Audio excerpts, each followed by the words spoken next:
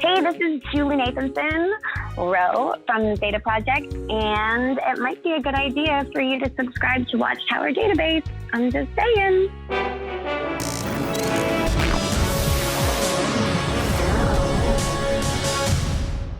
Welcome, everybody, back to another exclusive Watchtower Database interview. We're here with Julie Nathanson, who is the voice of Ro on the Zeta Project. Thank you for being with us today, Julie. Thank you for having me. I'm so happy to talk about the Zeta Project. We've had a handful of people on the show, Susan Eisenberg and Alan Burnett, and producers and voice actors, but it's really cool to get to talk to someone from the Zeta Project, because it seems like that's a pretty rare opportunity for both sides, I think. Well, yeah, I mean, it was only 150 years ago that we made this show.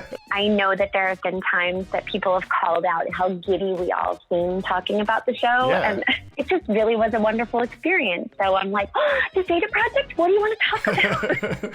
The first Comic-Con I ever attended, which was right before we premiered the show, and I had never, ever, I didn't even know what Comic-Con was, and I keep hoping that someone will have some video somewhere. Liz Holtzman, who sadly has passed, who was a beautiful human being, one of the producers, had said, I made you this shirt. It was actually Ro's shirt, and she had made it for me. Awesome. Is that the same exact one that you used for the Warner Archives panel? It was that shirt.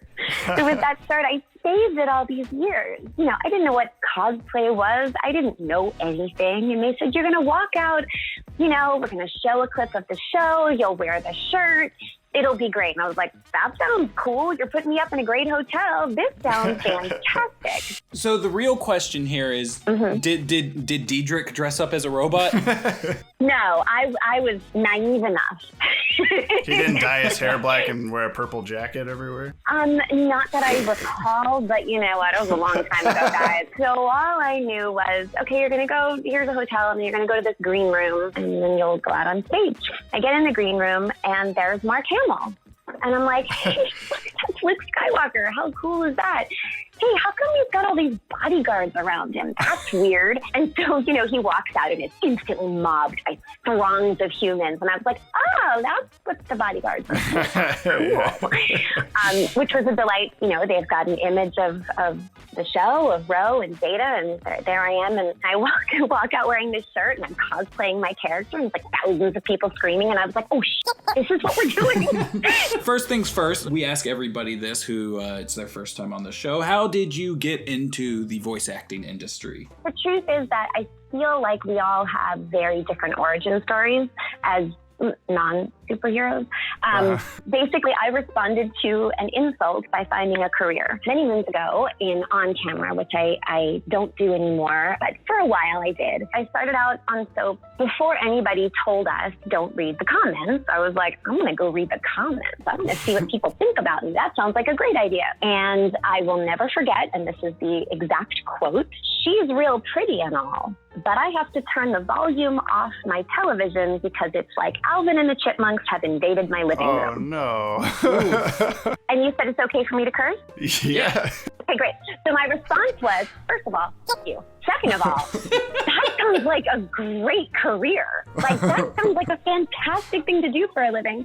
I better see what this whole cartoon voice thing is all about. I'm still at the same agency. It's CESD. And I said, hey guys, I'm trained as a classical opera singer. I've trained in acting for forever. What do you think about trying me out for this voiceover thing? Let's see if it works, because somebody out there thinks I sound like a cartoon. So we should be making some cash on this. And this is where the story is like, kids don't try this at home because it doesn't really happen. I did my first audition, and it was for these Lifetime television for these promos. The Dish, The Wire, Pandora, 3 Flying Dates, The Blaze. It was very perky and very cute, and I booked it. It was a consistent job that paid my rent for a year. I just continued to work and never really looked back. I felt less self-conscious in front of a microphone than I think I ever did on camera. And so I fell in love with it, and I stayed. So when I came out to Los Angeles, the Zeta Project was really an early gig that I booked. And it was the first cartoon series I ever booked, and it was a lead in the series, and I got to hang out with Dietrich Bader and work with Andrea Romano, and it was sort of ridiculous. This hologram of yours, you can look like anyone you want, right? So why would you pick Joe Robot? You're so stiff, you almost clank. Gotta be loose. Loose? You know, cash. My memory of the experience is that I had gone in, I believe it was a callback for Static Shock. And then while I was there, I was asked to read for Row. That's my memory of it. That I was going in to audition for one project and then was sort of offered the opportunity to read for this other. And I remember feeling connected with Row's quirkiness from the beginning, certainly snarky and a lot of fun. And she just sort of felt right to me, if that makes sense. And I do remember that my agent called to tell me that I booked the Zeta Project on my birthday. So I remember it was a pretty great birthday present. Andrea Romano, and working with her, how heavy was her involvement with the show? Because I know she was balancing, this and Batman Beyond and Static Shock pretty much all at the same time for a little bit there as the voice director. My experience was that when she was with us, that was the only thing she was doing. Yeah, so completely focused. I'm well aware that Andrea Romano, would multitask so many different shows. Yeah. But the experience of working with Andrea is to have her undivided attention. It felt like taking a master class. There's also a shorthand that you get after a while working with certain directors. And I definitely had a shorthand with her, but for me, it was visual. I could see her through the glass and through the expression on her face. I knew where she wanted me to go with a line. She was so passionate about the storytelling that it was like she was feeling what she felt the character would be feeling. I feel like I can speak for the casting and crew that we had loved and would have really enjoyed watching the story continue to unfold. But in terms of fan response and, the longevity, it hasn't really affected at least my feeling of excitement or pride for being a part of it. There is something very special about any story in which you have someone who has been indoctrinated to be harsh or hateful, but whose soul and consciousness become more powerful than the programming. I appreciate the heart of the storytelling as much as the adventure and the fun and the humor and the relationship were so integral to the experience. The messaging is really beautiful. Zeta was assigned to kill somebody who he found out was innocent. And when he found that out, he couldn't kill anymore because it meant that anybody who he was assigned to kill could also be innocent. There's another podcast, Tim Talk, as in Bruce Tim. They have commentary on you need Zeta to be more active. He's being too much of a pacifist. How do you have a show with a superhero who can't fight anybody? But I think that kind of helps separate it from your typical Batman, Superman stuff. Everybody's just getting punched and laser beamed and zapped with electricity. Meanwhile, Zeta's over here like, hey, don't use guns.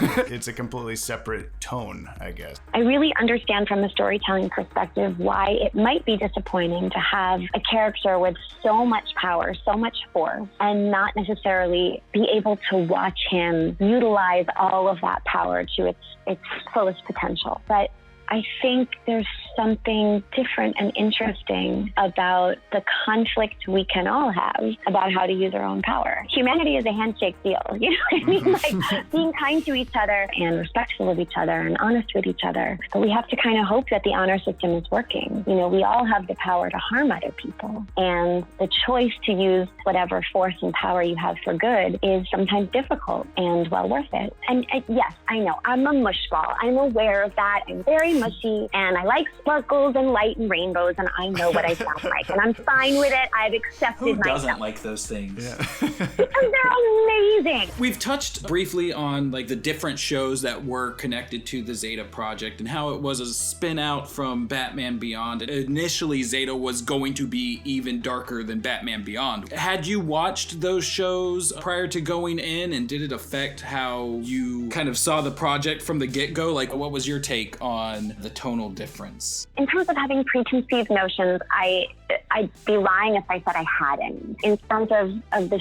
show itself, the vibe of it, I don't feel like I had enough of a sense of what it should be or what I expected it to be thrown in any way. And I was pretty starstruck anyway by the fact that somebody wanted me to do a cartoon. I don't know that I was as dedicated to sort of seeing the through line of an aesthetic at the time. And of course, I got to guest star on an episode of Batman Beyond and work with lovely Will Friedle. And tonally, of course, that was a bit different. But, I don't think I concerned myself at the time with the continuity in terms of the darkness or lightness of each of these shows. I get a little bit more focused on the storytelling, so maybe that's how I'm wired. I was just curious about if you had any previous fandom of DC or any superhero characters prior to being on what is, I guess, technically, a DC Comics show. I don't know anyone who isn't at some level a fan of Batman, Sure. but I will say that my greatest superhero obsession was always Wonder Woman. Ah, gotcha. Okay. My very first sleeping bag was my Wonder Woman sleeping bag, and I'm not going to lie to you, I still have it. She was my main introduction to DC, and I think the reason I had great love for her in that world. So yes, when I got to join the DC Comics family, I was all a Twitter of being, Wonder Woman adjacent.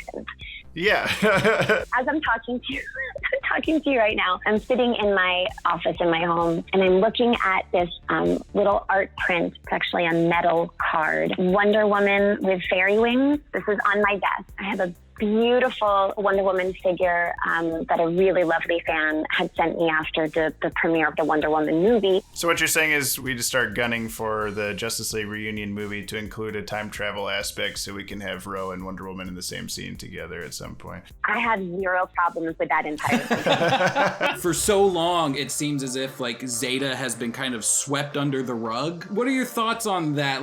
The show started in 2001. It didn't get a DVD release until 2009. And then it didn't get the second season until 2017. So I feel like I'm going to disappoint you if I don't say that I was staging a rebellion based on these things. Sort of an odd part of being a voice actor. This isn't something that I do on the side of something else in terms of acting. For me, I do voiceover as my performative career. I think I'm kind of aware of the ebb and flow. Sometimes the thing hits and sometimes it doesn't. Sure, would love it if the show had gone on for many years. But I would really have a hard time being angry with anyone about it. Right. I have to admit, when the Zeta Project was airing on TV, I didn't realize that it was connected to Batman Beyond until they did the crossover episodes. When I did finally get around to watching the entire show, when they finally catch up to Dr. Selig, who they've been looking for the whole show, and he's been working on humanoid skin job robots, more to look like humans. And then apparently it turns out that Ro was sort of mandated by WB if another season had happened to be revealed to be a robot as well. What are your thoughts on that? Do you like that? Do you hate that? So Bob and I have stayed friends through this entire experience. As much as I have heard speculation what would have happened in the next season, I have never heard anybody say that Ro was supposed to be a robot. That's interesting because I have the screenshots of the tweets somewhere, and it's tweets between you and him where he tells you on Twitter. You said, "I fail CAPTCHA test with regularity. I might be a robot." Bob responded, "That was one of the twists the network wanted." And you said, "Your omission of a winky emoticon scares me." He says, "No wink, truth." My guess is I was too afraid to believe that it might be true. I love that you have screenshots. Well, then I was surprised then, and I'll be surprised now. But it certainly wasn't something that I was told at the time, and obviously have not retained through the years. This is going to mean that he and I have to have dinner probably next week to discuss this in great detail. I don't blame you for it, but I don't envy you once we get to the actual Zeta Project trivia questions near the end of this. Oh, no. Was there anything that happened during the show? Any fun, kind of behind the scenes tidbits or stories that you have that one time Diedrich Bader and we ordered a pizza, but it was the wrong pizza. Oh my gosh. That is a terrible imitation of me, but I kind of want to applaud you for it. I did my best Alvin I think he was trying to impression. sound like one of the other three chipmunks. This is going great. I definitely was very excited about each of the guest stars. My family and I loved Saturday Night Live from the 70s. And when Lorraine Newman came in, I was just in awe because she's a conehead, and I was freaking out. She was someone that I almost couldn't keep my cool with. I mean, you got to hang out with Kurtwood Smith potentially, and as long as he was around. He was wonderful. Kurtwood was great. We got along great, and he actually, I had a friend visiting from out of town, and he got us into a taping of that 70s show, and he was completely lovely. Diedrich is a really beautiful human being. He always made me feel welcome and comforted and safe. We really got along so beautifully, and we're still in communication today. He was really kind of an ideal person to move through that project with. Nice. Yeah, everyone was really kind, and we had so many fun guest stars who sort of floated in and out, and our main cast was also, wonderful. But Diedrich and I had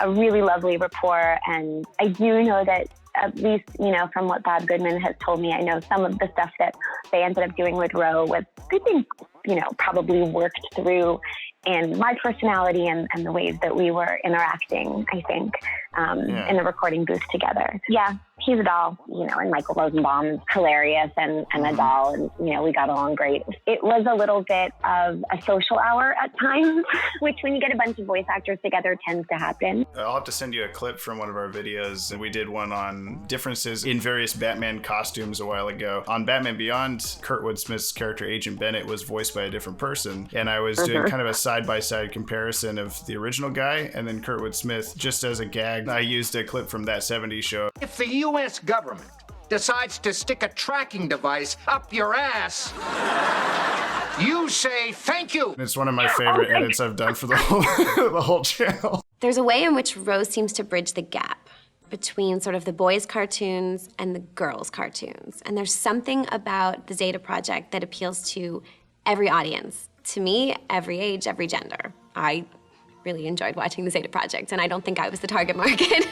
Well, this should get their attention. It's time for some Zeta trivia. The first one is, what was your favorite episode? Oh, it's so hard for me not to love The Accomplice because it was the pilot and it was such a fun experience. And I am a sucker for origin stories. And for me, that was encompassing Ro's origin story there. And I love the beginning of their friendship. I love that there's this turn for Ro where she's like, you got your cash, get out of here. And then she has this sort of turn of her own conscience to go back and help him, which is always what his choice is. So I liked that parallel for them. And I loved the beginning of their friendship. And I loved when she named him. I loved seeing his naivete, trying to blend in and not knowing how to do it. I think that will probably always be my favorite. I think Ro's reunion is cool because I like to see a little bit of that sort of family history attempt, in crossovers when we had, Batman hung out with us, whatever, no big deal, just hanging out with us.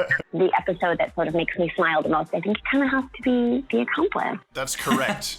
1 point. Thank God. These are directly off of the Kids WB Zeta site. Pretty softballs, I feel like, for anyone who has watched the show. So I'll be as embarrassed as possible if I don't get them. Question number 1. What is Zeta's body made of? Brass-plated steel, titanium alloy, or old pots and pans? Titanium alloy. All right. She's got a point. Put it up on the 50%. scoreboard.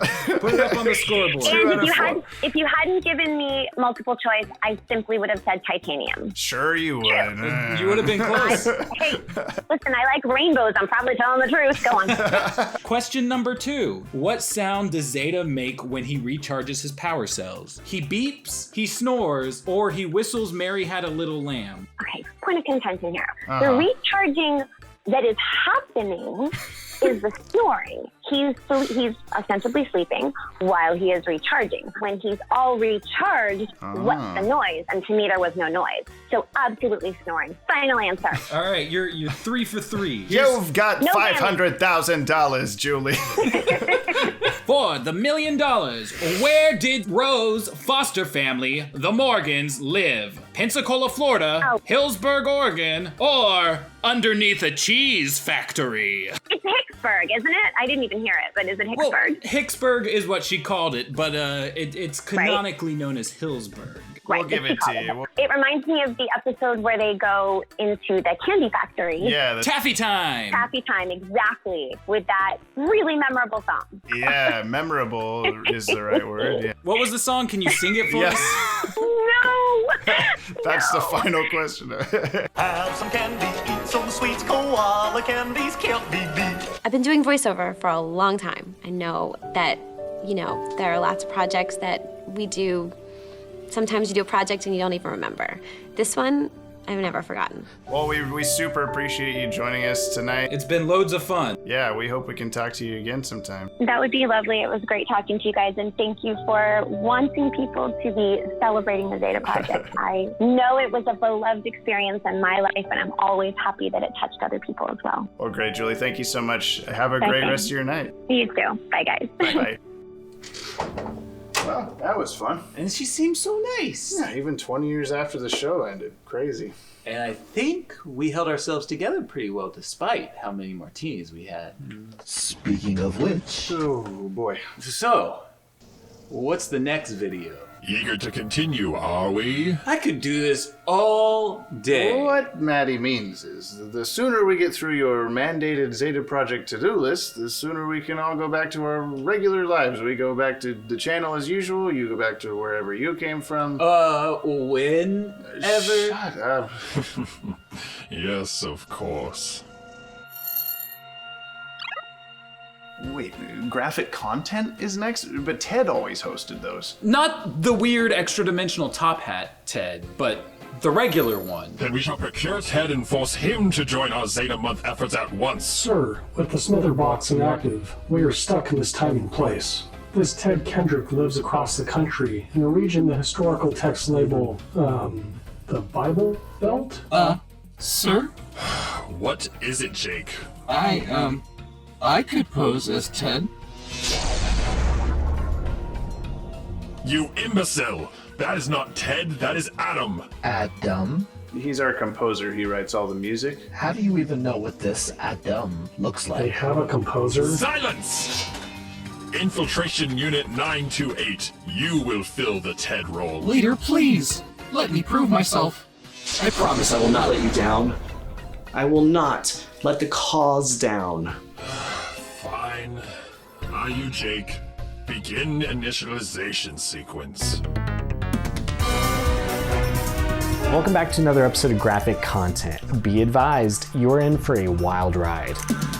Do you want to see the Zeta Project come back for more episodes and get a proper conclusion? Or maybe you just have fond memories of the show from when you were a kid? Send us your Zeta Project positivity by sharing a 30 to 60 second selfie video on Twitter, Instagram, or TikTok with the hashtag BringBackZeta, now through November 27th, for a chance to be featured in the Zeta Month finale. Go!